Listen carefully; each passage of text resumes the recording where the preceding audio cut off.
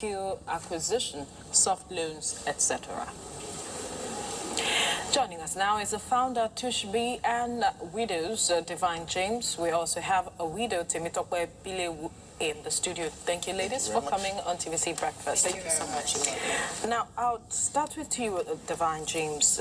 When you look at the challenges widows face, which was what spoiled you in the first place, how important is the place of empowerment for widows? It's very important because if a person doesn't have food to eat, it's a problem. If you don't have a place to sleep, it's a problem. So, on this note, I am saying that empowering the widows and their kids are very important because they need to feed themselves. You know, oftentimes you see people giving widows rice, giving them food, material things, but that is not empowerment. No, that is not empowerment. So at this point we're saying government come in, individuals come in, let's do something more impactful in the lives of people. Give them something to feed with. For me, that's empowerment. If you teach me how to provide for myself, I'm very grateful to you. I don't have to come knock on your door all the time. Exactly. I don't have to come to you every now and then because, trust me, when you don't have money and someone calls you for money, you get agitated, you talk to the person, you know, the way ordinarily you won't talk to the person. And even when you tell the person you don't have money, the person thinks that she doesn't want to help. But you can't keep giving money. Okay, so that leads me to this question where we find that a lot of husbands, they do not allow their wives work. Now, how important is it for, in this part of the world, we have a cultural mindset where men are the breadwinners, women stay at home. So how important is it for men to ensure their wives are empowered such that they don't have to depend on them even after they are gone from this world? Okay, I'll use my auntie for example. She got married to a man who is well-to-do. So he wanted her to just stay at home, that's the mindset I was feed him about. and all that. Now he's gone. She has to start from square one because she couldn't do his kind of business. She doesn't even have an idea of it. She's a stay-at-home mom. So I'm saying that Nigerian men should change that kind of orientation because even when you are alive, there are certain things that the woman but needs most to men provide. feel that I wasn't there in that situation. In that issue. Because did you have that conversation before you got married, or it just came? No, when I got married, my husband works in the bank and was comfortable though. So he now said, when I have my first child, I was working. So he now told me that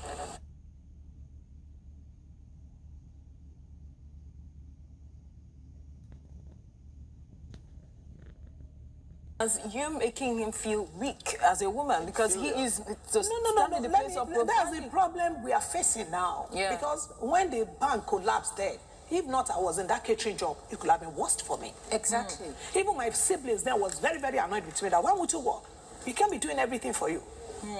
You understand what I'm saying? So when the catering job was, I was able to get nice job from people that helped me when the bank collapsed to train my children.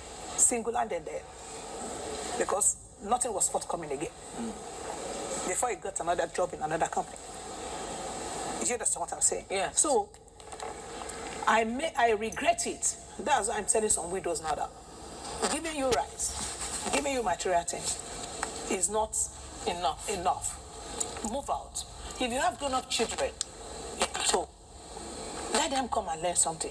Then one thing I told Tuchbe is that government have to come into this thing. Like I went to Idumota, Obalende Bridge. Those children are begging me, Mommy, am I record? Mommy, please don't record us. Mommy, Kineko. I said, okay, I kept my phone. What's your name? He told me. Who are you? He has to open his bag. What is a mother husband did to him? And I said to Chibi, you need to let us move out. Whatever it's going to do, government should please rehabilitate these children. When we get the food they will eat. We will provide food for them. You understand? Get them a home. Get them a good school. We will provide food. I would believe that the government schools are free. Yeah. So the government should make it very possible for them to go to school. But how many of those children really want to go to school? Because some of them are so used to that life. But do you know, Because that is the life they have subjected them to.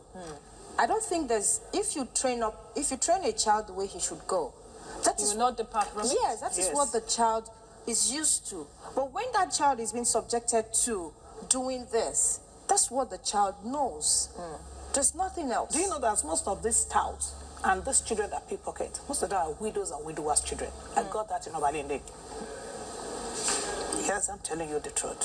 So the implication or the impact of this is if we are able to empower widows, Yes. it will translate Translate into to the the education of the children Yeah, and help curb yes, activities yes. of this miscreants Yes, that okay. we see on the streets. Can you let me tell you a secret of a lady?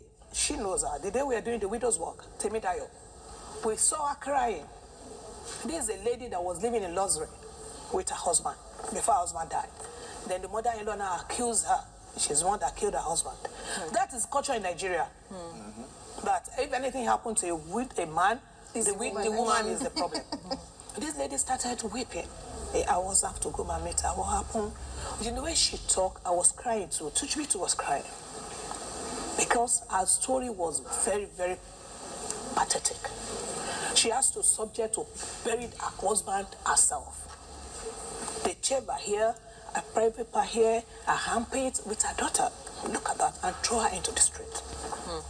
So it means that there was no provision Somebody made. living in Lekki now living in Badagry. So it means there was no provision made by the husband for her. All what the husband had was taken by the mother. It means it was in his name. Yes. Now, how important is it for a man to buy property and put his wife's name, maybe as the next of kin or as the owner of the property? Because I see that a lot of women that I have related with, and a lot of them married, are saying that if their husband does not put their names in their properties, they don't love them or they don't feel secured being in that relationship if their names are not in that in the properties.